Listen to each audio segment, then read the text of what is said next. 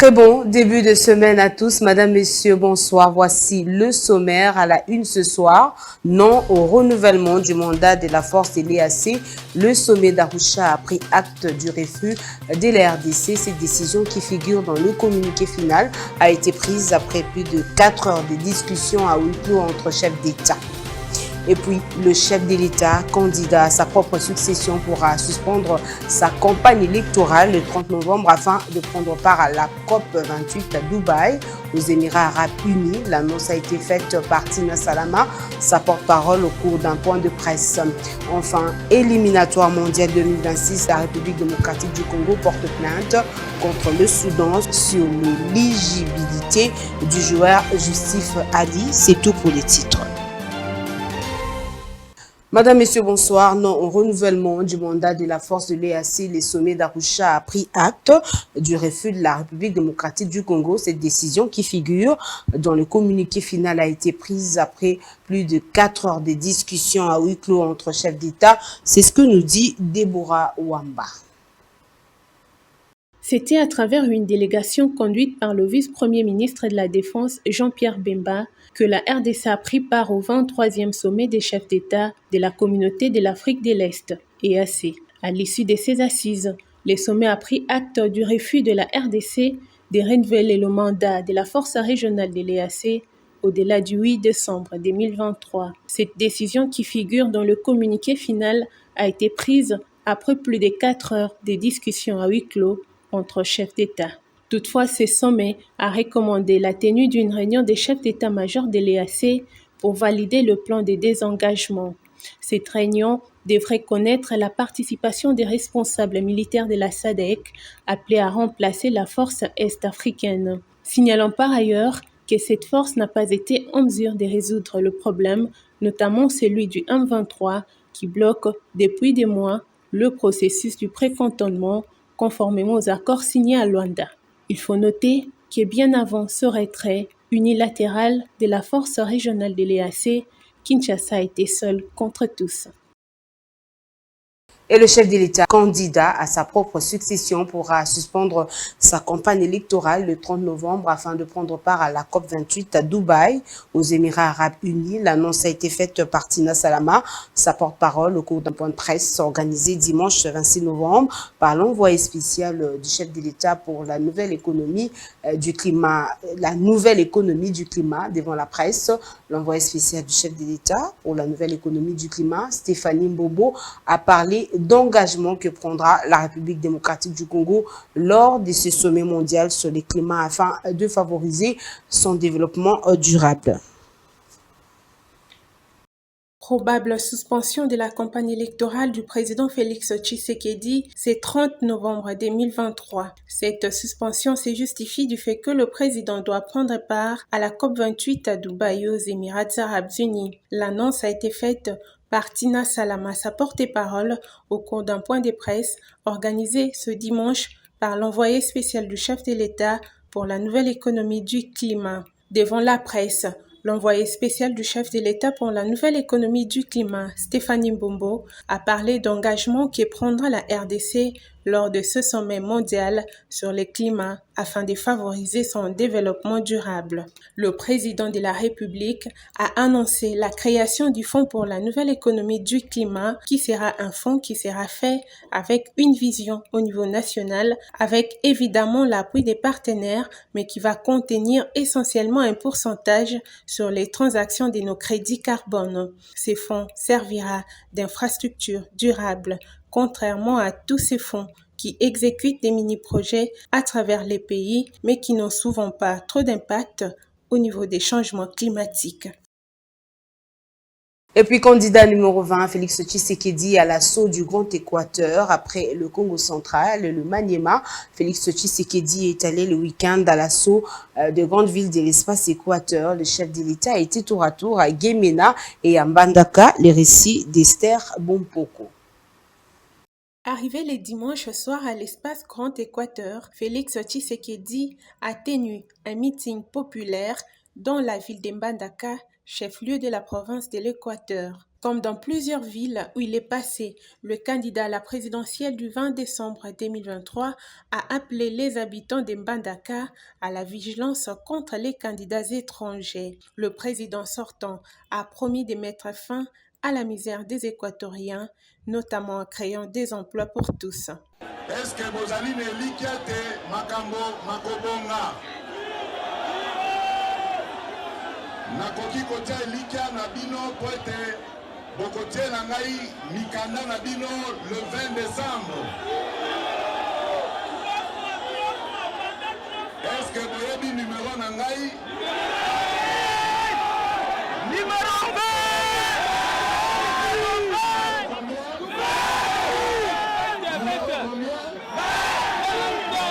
Une fois réélu, Félix Tshisekedi a promis de lancer les travaux de construction devant relier la cité de Moba-Mbongo en République démocratique du Congo et Mobangi-Bangu en République centrafricaine. Il faut noter que la campagne électorale poursuit son bon nombre de chemins en RDC depuis le 19 novembre, date de son lancement. Le premier candidat à ouvrir le bal est le président sortant, Félix Tshisekedi. Et de son côté, Moïse Katumbi s'est présenté à Beni, au Nord Kivu, comme les libérateurs devant une foule fatiguée par les tueries persistantes depuis plusieurs années. Entre-temps, la caravane motorisée organisée dans la capitale par des partisans du candidat Moïse Katumbi a essuyé une forte attaque le vendredi dernier par de jeunes non autrement identifiés au niveau de la première rue Limité. Et puis Martin Fayulu a tenu dimanche 26 novembre son meeting de campagne à Kisangani. Le président de l'ECD a demandé aux partisans d'aller voter massivement et d'être vigilants dans le bureau des votes et le cas échéant de mettre en application l'article 64 de la Constitution au cas où leur vote est confisqué de force. On l'écoute.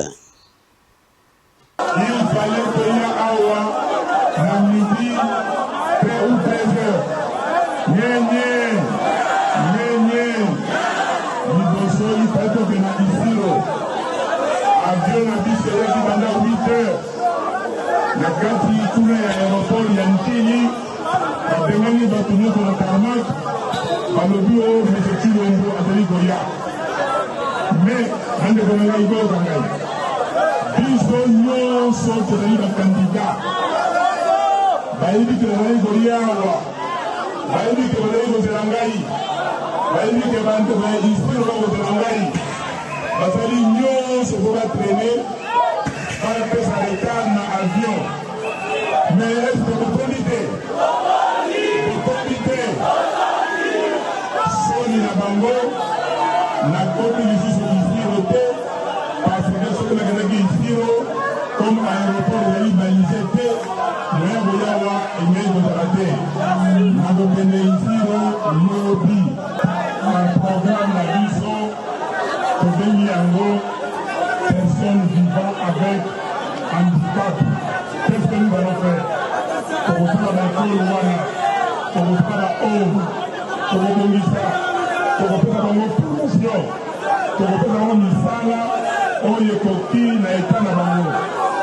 Pendant ce temps, à Bukavu, le candidat Mukwege prône la sécurité de la population. Il a dit samedi dernier, lors d'un meeting à la place de l'indépendance dans son projet de société, Denis Mukwege fait de la paix et de la sécurité ses priorités. On l'écoute. Kunakuwa wajane wengi, kunakuwa mayatima wengi, kunakuwa watu ambao wametupiliwa sababu ya shida ambao wamepata, kunakuwa wamama ambao leo hawana tena nafasi sababu ya shida ziwapitia. Leo hatuone tena kitu kenye mkongomani anaona sawa, hii ni mubaya. Watu wanaanza kufanya mabaya na wanaipigia mikono. Sasa ndio maana tumekamata hii hatua ya kusema tuongoze nchi, na kitu cha kwanza, priority yetu ya kwanza yenye tutafanya ni kupigania amani. Dans la actualité, de 2019 à 2023, le taux des dessertes en eau potable est passé de 26 millions à 36 millions de Congolais ayant accès à l'eau potable. C'est une progression remarquable depuis plusieurs décennies. Ces révélations ont été faites par le directeur général de la Régie des eaux, David Chilumba, lors d'un briefing presse organisé à Kinshasa autour du thème bilan des chiffres et perspectives des actions du gouvernement dans les secteurs de l'eau. La suite en images. Le cas du briefing. Dans son mot introductif, David Chilumba Mutombo a souligné les progrès remarquables réalisés dans l'amélioration du taux des dessertes en eau potable, chiffre en appui depuis 2018, même si le chemin est encore long. Dans la foulée, David Chilumba Mutombo a vanté les mérites de projets exécutés dans l'augmentation de la capacité de production de la Régie des eaux. Le secteur privé et les compagnies dans les ressources naturelles ont également apporté leur pierre à l'édifice. On a fait des progrès remarquables, des progrès qui ont ajouté plus de 10 millions de la population congolaise sur la liste de ceux qui ont accès à l'eau potable. Le chemin il est encore long, mais cette réalisation de près de 11 millions de personnes dans 5 ans, c'est un effort colossal, c'est un effort remarquable. Donc, à l'issue de ces projets exécutés, déjà avec l'exécution, n'est-ce pas, des projets de 100 jours et les projets qui ont suivi en 2020, 2021, 2022, 2023, la croissance, elle est extraordinaire à mon avis. Regardez, nous passons de plus d'1 million de mètres cubes d'eau par jour à près de 1 450 000 mètres cubes d'eau par jour. C'est une croissance assez remarquable. Mais le chiffre qui est le plus important, c'est celui de la population desservie. Ce chiffre passe de près de 26 millions des Congolais desservis en eau potable à 36 millions en 2023, à plus de 36 millions. Et si vous faites les calculs, vous pouvez tous faire la différence. On est au-delà de 10 millions des Congolais qui ont accès à l'eau potable. Et nous nous disons que c'est plus de 11 millions pour la raison suivante. Ce chiffre, ça ne comprend que l'augmentation de la capacité de production de la Régie des eaux. David Chilumba Mutombo a ensuite évoqué le progrès digital de la Régie des eaux avec le paiement des factures en ligne. Il a invité les abonnés de cette entreprise publique à utiliser la méthode de paiement des factures en ligne pour honorer leur engagement vis-à-vis de la Régie des eaux. Il a relevé que l'entreprise a étalé 2 solutions phares sur le marché, notamment la Régidoc, Régie des eaux solutions pour un bureau sans papier, solution pour tout ce qui est documents, archivage, référencement et la solution juridique pour gérer les contentieux d'une manière intelligente. Et tout à fait autre chose à présent, les femmes subissent des multiples violences, que ce soit dans leur couple, au travail, à l'école, et nombreuses d'entre elles ne dénoncent jamais leurs agresseurs par peur de représailles. Retour sur le but de la journée mondiale de l'élimination des violences à l'égard des femmes, célébrée le 25 novembre de chaque année avec Maria Maba. Le 25 novembre dernier, le monde a célébré la journée mondiale pour l'élimination des violences faites aux femmes. C'est une date choisie par l'ONU Femmes en mémoire des sœurs Mirabal, militantes dominicaines assassinées. Le but de cette journée est de dénoncer les stéréotypes de genre et sensibiliser aux violences à l'égard de femmes. Cependant, les violences faites aux femmes sont multiples. L'ONU Femmes y inclut les violences domestiques, le harcèlement, les agressions sexuelles, mais aussi les mariages forcés, l'exploitation sexuelle, les crimes dits d'honneur et les mutations génitales telles que l'excision.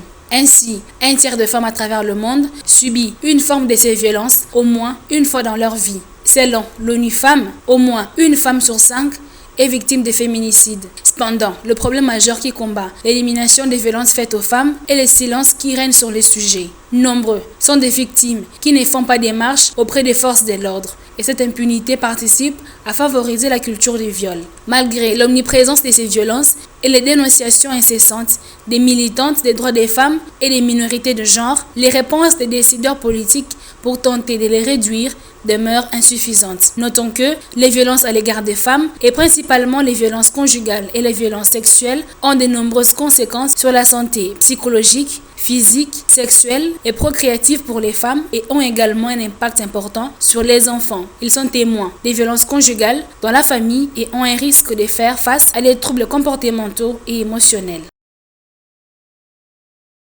Et puis cette nouvelle des sports, pour terminer, la République démocratique du Congo a porté plainte contre le Soudan auprès de la Confédération africaine de football au sujet de l'éligibilité du joueur Justif Ali. Entré à la 86e minute de jeu, ce joueur précise un courrier de la Fédération congolaise de football. L'association ne détenait pas un passeport soudanais, mais plutôt finlandais avant le coup d'envoi du match le 19 novembre dernier. Les Léopards et les Crocodiles du Nil se sont rencontrés dans le cadre de la deuxième journée du groupe B des éliminatoires de la Coupe du Monde 2026. Le Soudan l'a remporté sur le score de 1-0.